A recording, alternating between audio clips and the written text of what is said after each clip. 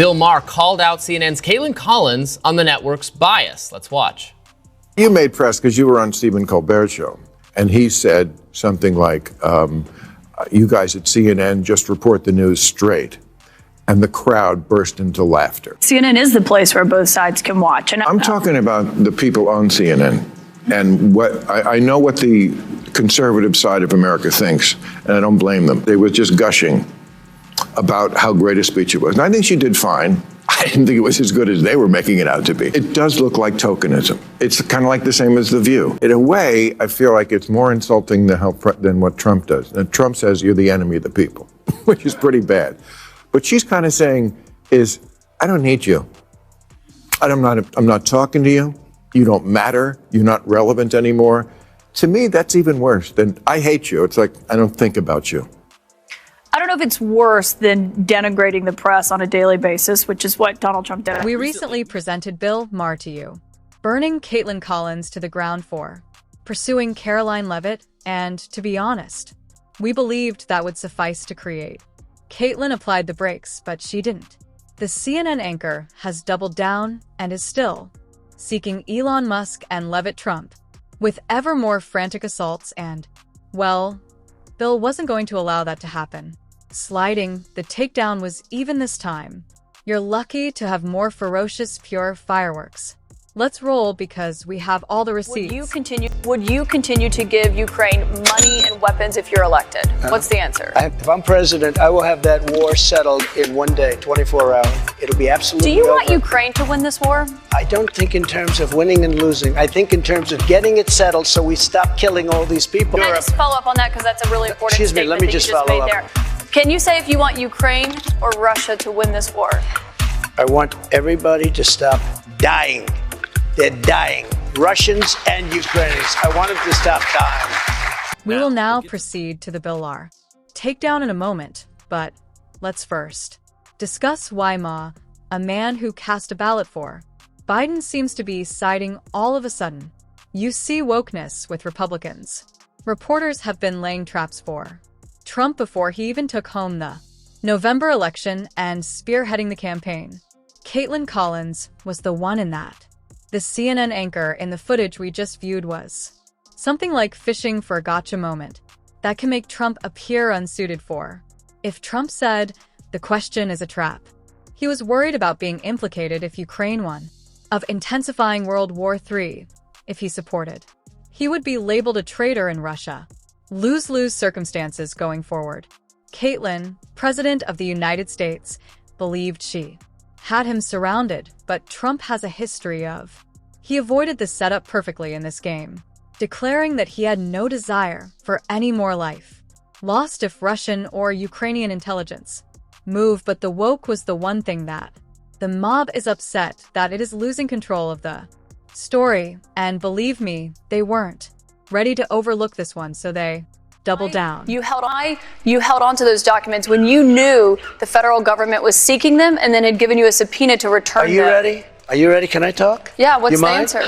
Do you mind? I would like for you to answer the question. Okay, it's very simple to answer. That's why I asked it. It's very simple to, you're a nasty person, I'll tell you. It appears to be Trump was refusing to let Kaitlan Collins. He immediately called her out for her antics. And to be honest, he had all reason to do so rather than merely asking a direct query. Kaitlan was droning, adding unnecessary remarks and squandering time. She seemed to be filibustering her own interview, which was a classic CNN tactic. It was clear that what she was doing wasn't regarding obtaining answers throughout her whole. The plan was to trap Trump with complicated, no-one queries about something intended to get him to stumble and trip, or even better, get a soundbite out of him that would last for days in the media. Trump, however, anticipated it well in advance. He bobbed and weaved like an experienced combatant, and turned after fleeing like a fly, turned and delivered a deadly counterattack. At one point, Kaitlan believed she had. She was the one who cornered him next, left frantically, brutally, and truthfully. This was not her first attempt at this, but Trump, as usual, changed the course of events in her face, yet she continued to arrive. She once went to see Donald Trump's son, Trump Jr., That environment wasn't just created by Donald Trump. Okay, but can I say, you can't blame, and everyone wants your dad to be safe. No one wants the threats against his life to happen, but you can't blame the media for those threats. There's been no evidence that's what drove those. And allows people to have a platform to call someone literally Hitler every day for 9 years, it creates it. Okay. Whether you want to believe it or not, that's a fact. But as you know, J.D. Vance once likened your dad to Hitler as well. He questioned if he was America's Hitler. This heated exchange took place immediately following the Donald Trump assassination attempt. Without hesitation, Trump Jr. placed the blame on the press for encouraging the assault by. He is always contrasting his father with Hitler, and he's been correct for almost 10 years. Trump has been portrayed by the media as Hitler, the tyrant of America, was determined to ruining the nation they have hated, turned on him, and made fun of him. Did you catch him turning into a monster? The final sentence in which Kaitlan Collins boastfully stated that J.D. Vance had once called Trump Hitler, so why didn't Vance possess the ability to influence or enormous reach, hence his remarks were never heard. He may have the same weight plus first succumbed to the media's opposition to Trump until he actually learned about Trump and discovered that he's far from what they depicted him as. Is Bill Maher surprised by this?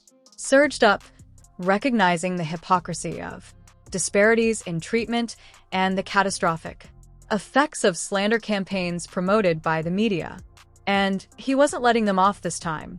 The hook. Is it appropriate to bury the Hunter Biden? You're talking about the press doing that? He's saying that's what they did, and that is what they did. They buried the Hunter Biden story before the election because they were like, we can't risk having the election thrown to Trump. We'll tell them after the election. And we know for a fact that that's what they did? Of course. You don't but follow I'm this. saying you know for a fact that that's what they did. I don't know what they did. I know, because you only watch MSNBC. No, that's not true. Bill Maher was fed up with the double standards of the media. Kaitlan Collins is, and her standards. Co-workers have been developing a biased story that portrays Biden as a Trump is the ultimate sinner and a saint. They do more than simply report the news. They are making it into their passion. Keeping the Democrats in power has resulted in to the unrelenting criticism of Trump, twisting each word, spinning each, making the news and feeding the indignation machine. 247, but when the controversies concern their Hunter Biden's complete quiet, dude. The man's laptop, for instance, spills damning proof of the influence of corruption, peddling and dubious international transactions, but the story is buried by Kaitlan and her team like it never did. But what if Don Jr. had? CNN even carried a fraction of Hunter's luggage, would be providing coverage from wall to wall for weeks, which is precisely why Bill Maher lost it when he saw how hypocritical he is, aware that the media is not only biased, they are disguising themselves as activists, and this time he wasn't going to release them. Simple. There was what you would have to call some sort of media suppression of Hunter Biden's computer right before the election. Oh, no doubt. No doubt. Okay, and the truth is, I still don't know what I think about that. And sometimes, right. But I mean, to actually in there and figure out just how dirty Biden Senior is as a result of the information there. Can I go to step two? But nothing really. It was common. It was the kind of sort of everyday graft that's sleazy, but doesn't affect the world. Probably. Yes. Hunter Biden sold his father's influence to get money. But Joe Biden himself would not give away our news. He's not. He has a soft spot for his son. Yeah. His ne'er-do-well, stupid. Yeah, I mean, you've heard his voicemails to his. Yes. Hunter. Yeah, so, like, Dad, I'm in a little bit of a jam. Could you just meet with the Chinese guy next week? It would mean a lot to me. Like, and Joe would do it, and then and then Hunter would get the money for the meeting. Yes, that was the extent of the situation when the Hunter Biden controversy erupted, and to be honest, Hunter, we're probably lucky, didn't charm his father into giving him, in return for a nuclear code exchange. Fast payout considering his history. Would anyone be genuinely surprised by the man? Has sold influence and access, and who knows what else, except let's all act like we're here. Trump is the true antagonist in the media, goes above and above to safeguard the Biden's imitation of Hunter is only a misinterpreted someone with personal challenges. But let's be honest, if Trump Jr.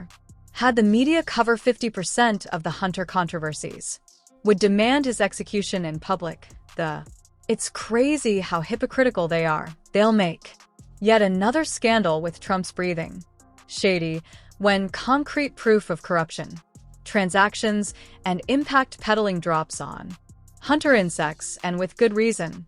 People who used to lean like Bill Maher. Finally, the left is pointing out a lifetime of stupidity. At some point, Democrats must acknowledge that this isn't propaganda in journalism. And Kaitlan, given that Collins was at the forefront, all of these events weren't unexpected. When Kaitlan eventually joined Bill Maher for a well-known interview, fireworks would be present, but nobody anticipated this degree of destruction.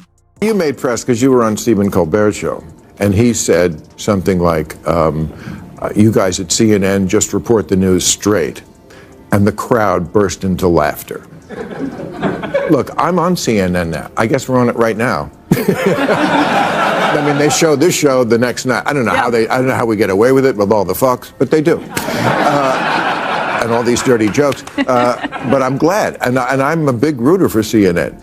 But that tells you a lot, doesn't it? I mean, how do you guys think you are doing in that arena of like, this is a terribly divided country. We're not only politicized, a lot of people just hate the other side.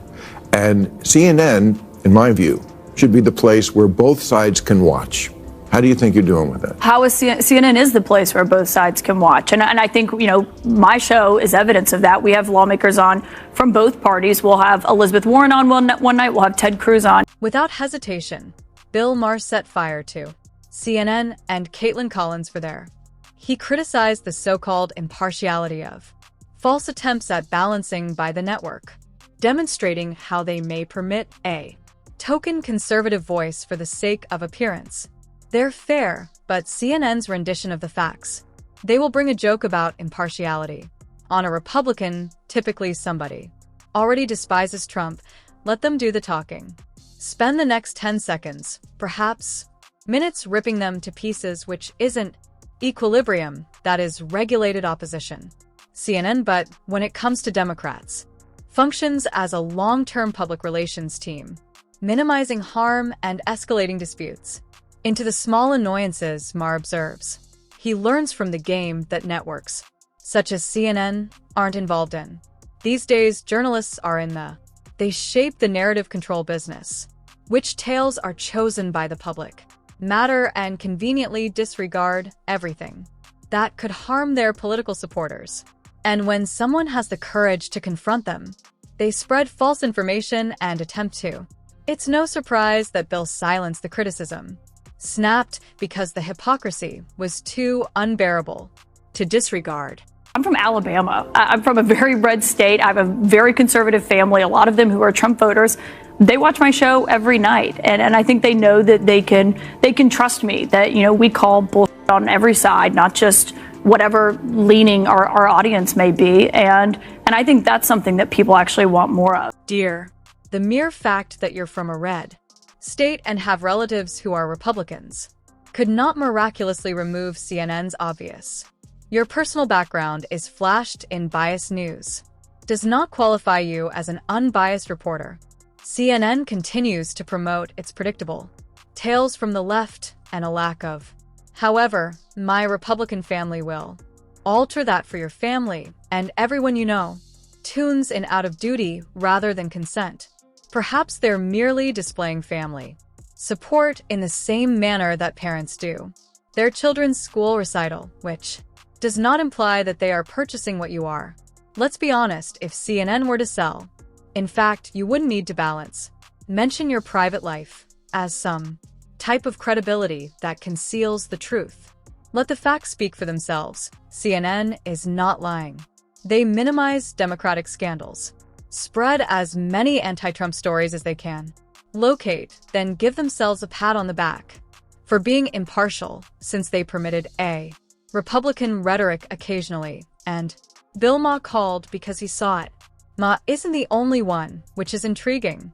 One yelling at her, "Look at what Kelly had to say." I'm sorry, but she's only a star with leftists. And the fact that she has some roots in Alabama does not make her a fair and balanced reporter. I will submit to the record, her biggest sin is not that she is biased, though she is. It's that she's boring. She's extremely boring with no personality. I have a pro tip for her. Smile. Try smiling every once in a while. Try not to be, like, in your delivery, such a cold-hearted all the time, because it gives people nothing to bond to. You can be a tough interviewer and also have some warmth. Kaitlan, Megan was spot on. Collins is capable of outrunning the prejudice tag. Despite her best efforts, she's as left-wing as the editorial board of CNN, a fundraiser for Biden, so the sooner she abandons this objective journalistic task, it's great that no one is purchasing it, but what more expert advice did Megan get right? Sincerely, she threw Kaitlan in her direction since. Kaitlan needs to grin more badly and stop smiling all the time.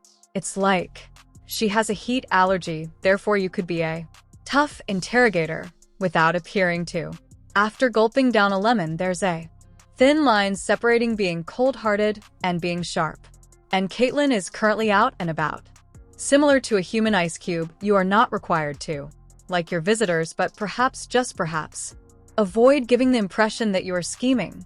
Megyn Kelly's downfall during the interview. Bill Maher understands it, and judging, the audience also receives it based on the ratings. Perhaps it's time for Kaitlan to take the clue, or perhaps Ben Shapiro can assist. Stephen Colbert had on Kaitlan Collins from CNN, obviously talking about how terrible Trump is and what a terrible job he's doing and how Kamala Harris has all the momentum and all of that sort of thing. But that's not the interesting part of the clip. The interesting part of the clip is that Stephen Colbert says, in perfect seriousness, with a straight face, that the legacy media are objective. That CNN is objective, and listen to the reaction of the crowd. Again, this is a crowd who opts into viewing The Late Show with Stephen Colbert, which means that they are all on the left. Trump has kind of been thrown on his heels by this, and he's not really sure how to go after Vice President Harris. He knew his attack lines on President Biden. He really has struggled with how to go after someone who's 20 years younger than him, who is a different gender, a different race. It's kind of been this moment where he has not been able to coalesce around a single attack line. I know you guys are objective over there, that you just report the news as it is. Oh, I know. CNN makes I know that's supposed to be a laugh line? I wasn't supposed to be, but I guess it is.